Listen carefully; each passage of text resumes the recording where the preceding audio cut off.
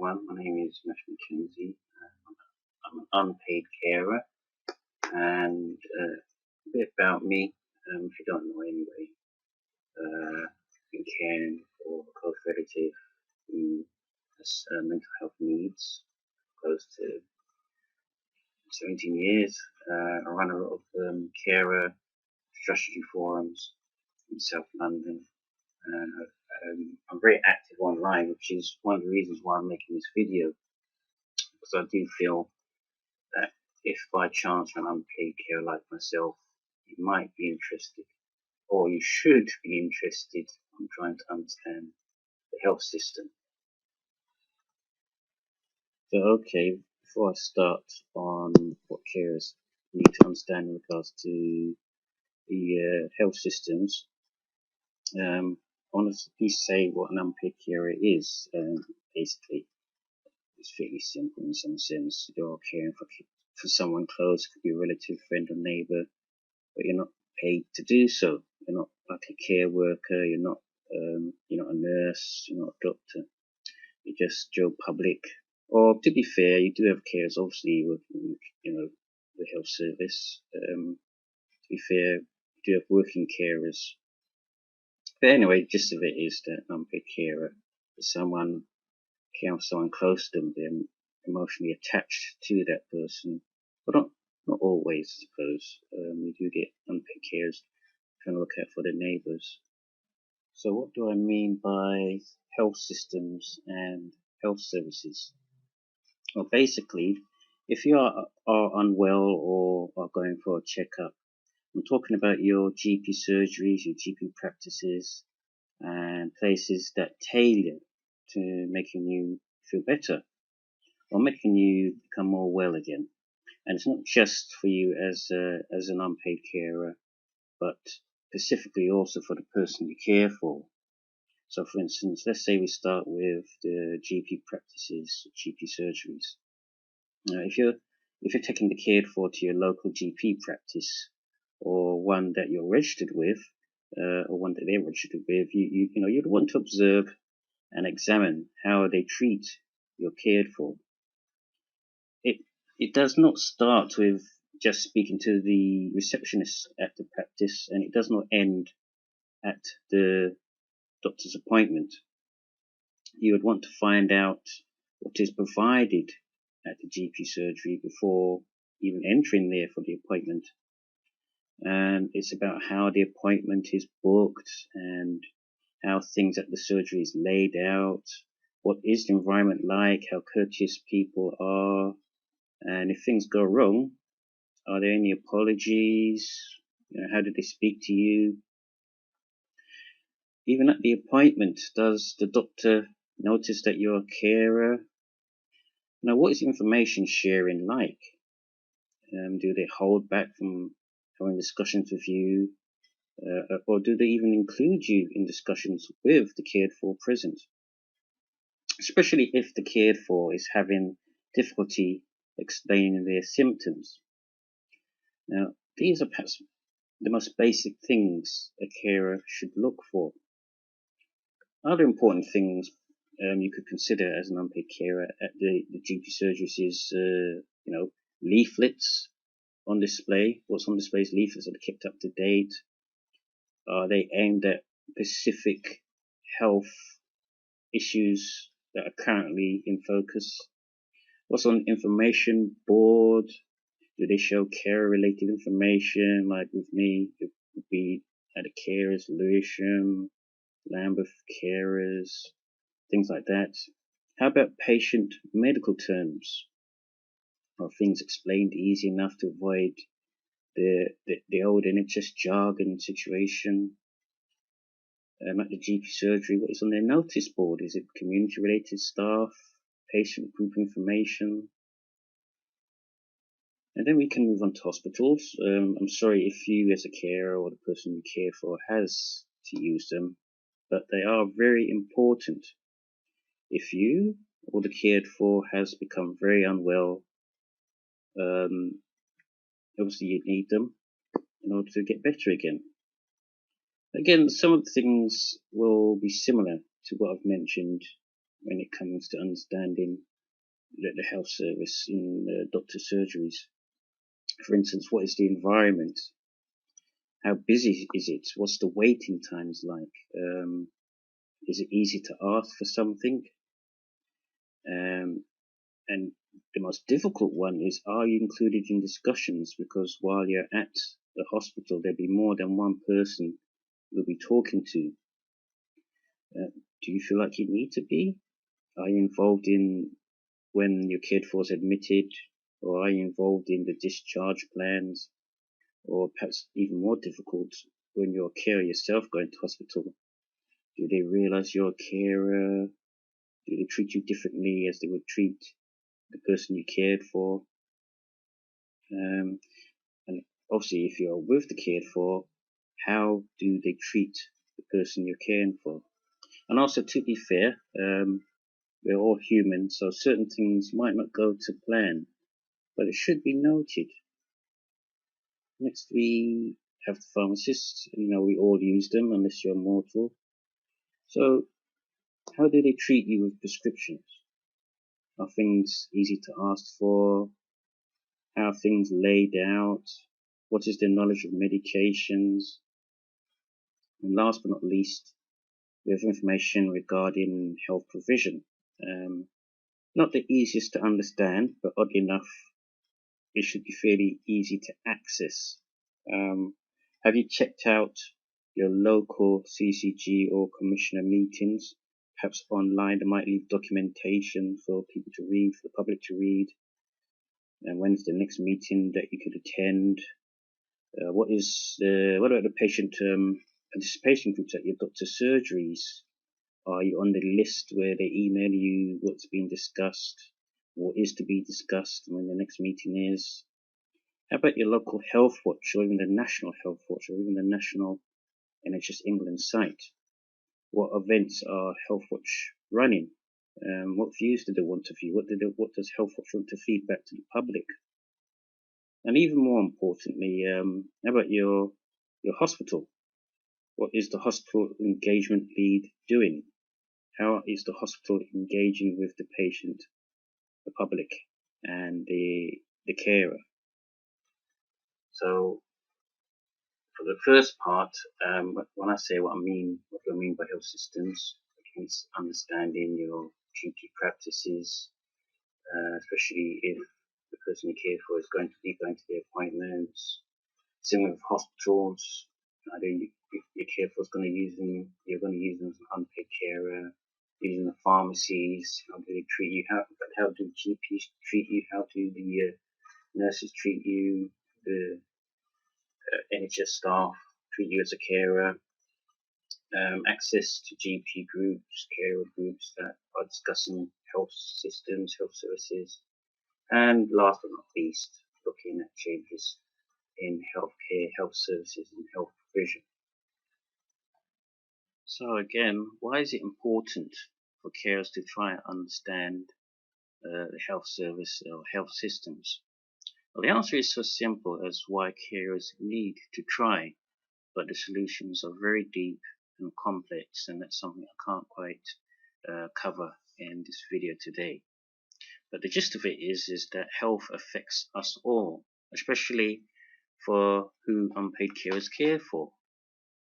Now, if you do not have some understanding, or perhaps try not to understand, the health service, then the risk is you might want to allow the health of your loved one to chance it.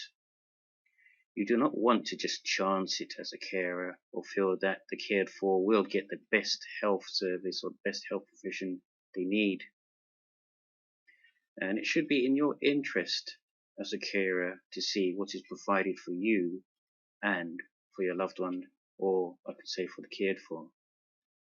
And it is also important about how the culture is different for when health is provided for you as a carer, especially if you're going for like a yearly checkups as an unpaid carer at the GP surgery.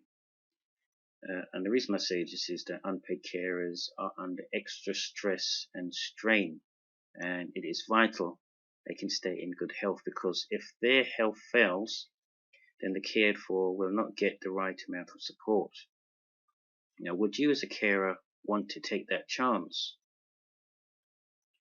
Lastly, you want to use something that is recommended. You as a carer or the cared for want to use the best and avoid the worst health service. Now, if you do not try to understand it, or at least try and understand what others are saying about certain health services, certain health provisions like the GP surgeries, then there is a risk and there is a price to pay. How high the price is down to you as an unpaid carer. So, to sum that up, and why it's important to understand health services and health system as an unpaid carer is that health affects us all. The time when it doesn't affect us is when you're gone from the earth. So your loved one or your cared for is going to use health service, so it's going to be particular of interest on how the health service treats them. As an unpaid carer, you have your own health to be interested in, to worry about. If you're not well as a carer, you're not going to be able to care for the person that you want to care for, not well anyway. And you want to use what's recommended out there. You want to use the best that you can. I'm not saying everything is going to be brilliant out there, but just common sense as with any product. You want to look into see what's going to work for your loved one or the care for or yourself. So okay, on to the last section, which is basically about check it, use it, and review it. And it's not always about what is being provided in health, but seeing what is out there, using it, and then reviewing it. And in this part of the video, I'm going to talk about following things up. But first, how do we find out what is out there for us, or what is out there for the person we care for? Well, for me, it's the internet.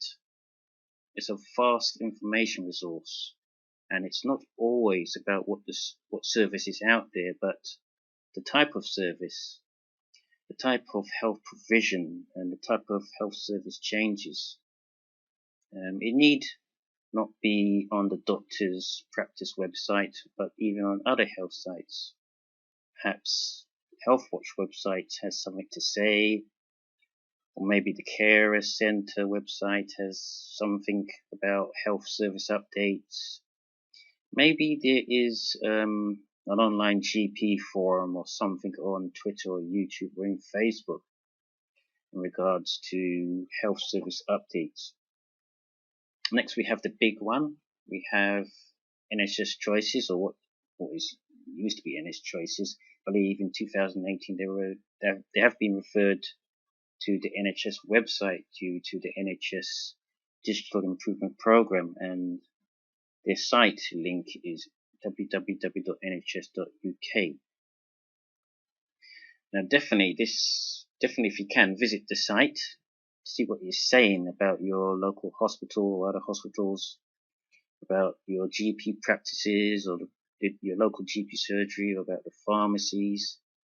What advice is it offering you as a carer or patient? What is it saying about the illness your cared for is going through? Now, if you do not have internet, then fair enough.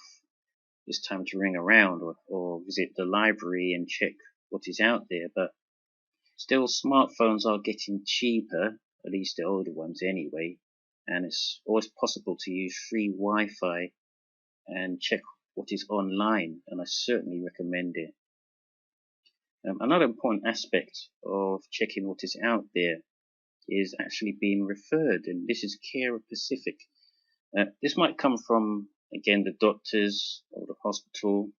Heck, it might come from health projects like IAPS, which is basically a mental health wellbeing project in the community. And they may refer you to other health support for you as a carer or the cared for. And I've used IAPS before, which is increasing access to psychological therapies. Now, it's so vital. Carers should be referred to health support and groups. and it is something you as a carer should notice. Now, in regards to using the health service, it's important the carer can or should attend appointments with the person they care for, and they're not always, sometimes it can't always be possible. But again, how is the health professional treating them? How are they engaging with the family or you as a carer? And it's not, again, always about the treatment. It's about how are they recognizing you as a carer, and is there respect and compassion there? Now, lastly, it's about the time for reviewing things. Now, think again. Do you think that NHS England can second guess what carers want? And yes, there are national care engagement groups and boards that carers sit on. But as a whole, us carers need to review and feedback. We need to come together, network, and discuss what is out there. Which probably explains the reasons for my carer strategy forums. Again, check what is HealthWatch saying. What is HealthWatch doing? What is HealthWatch engaging with on their website? Do they announce health groups, carer feedback? Is there a chance to feedback as a carer? Are they spending too much time with the health commissioners and not enough time with the public? What is coming from the reports that they put on the site? You don't have to read it, you can skim through it. What is coming off NHS England's website? What are they saying? What are they doing? How are things explained? Projects, campaigns, advice? Have they tuned into the health community? And again, even though I mentioned websites a lot, it's not always about the websites, it's about the physical presence. What is your doctor's surgery participation group doing? Can you or do you attend it? How often do they meet at your local GP surgery? And more importantly, are the PPGs networked to each other? How does this network feed into the commissioners, into the CCGs, or your local borough's health and well-being board? What about your hospital? Are you a member? What are the NHS Trust's governors doing? Does the hospital hold events you can attend and feedback? Plus, again, events in the public. HealthWatch runs them. The public might run them. You know what? Even universities might hold health meetings and seminars. And it's important to try and attend, even if you're not a student. Some of them are free to the public as well. And even more importantly, some seminars are free and they will discuss about health service and provision. When you use it, when you use the health system, it's always good to try and go back and review it. Look to see what's out there. Look on the internet. Check out NHS Choices. Brilliant resource for the public, for the patient, for the unpaid carer. It's important as the carer that you are referred. If you're not asked, can you be? Because whoever's referring you should have an idea about what's out there for the cared for and for the carer. When you use it, when you use your GP surgeries, when you use the hospitals, it doesn't hurt to review it. Engage with health watches, and again, other carers, other unpaid carers in the public can also learn from how the services treat you. So thank you again for watching this video. I want to keep it brief and short. I'll be doing many videos in regards to unpaid carers and the National Health Service and beyond. And there's going to be some startling things I'm going to say. I have been observing from afar, especially what's online. I have a fairly good online presence. So I don't just promote what's out there. I tend to go through things and look and see what others are saying, see what commissioners are saying and doing online. And I've noticed quite a lot of interesting things on unpaid carer. But I'm not going to be critical, not hugely critical. And these things that I will say will work. I will do a huge amount of videos when it comes to National Health Service. And I'll be still doing my other mental health videos. Awareness days is going to be one of them. Timelines. The importance of psychology, psychiatry, mental health awareness, collaborations, you name it, I'll try and do it. But yeah, last word, as an unpaid carer, we need your voice. Carers need to help engage with the NHS. We need to steer the NHS to work for us all. We should be proud of the NHS. It does a lot of good work. It's under a huge amount of pressure. You can't second guess what carers want. So we need to speak up, speak out, say what's working, say what isn't working. Thank you for watching. I'll see you again shortly. Take care.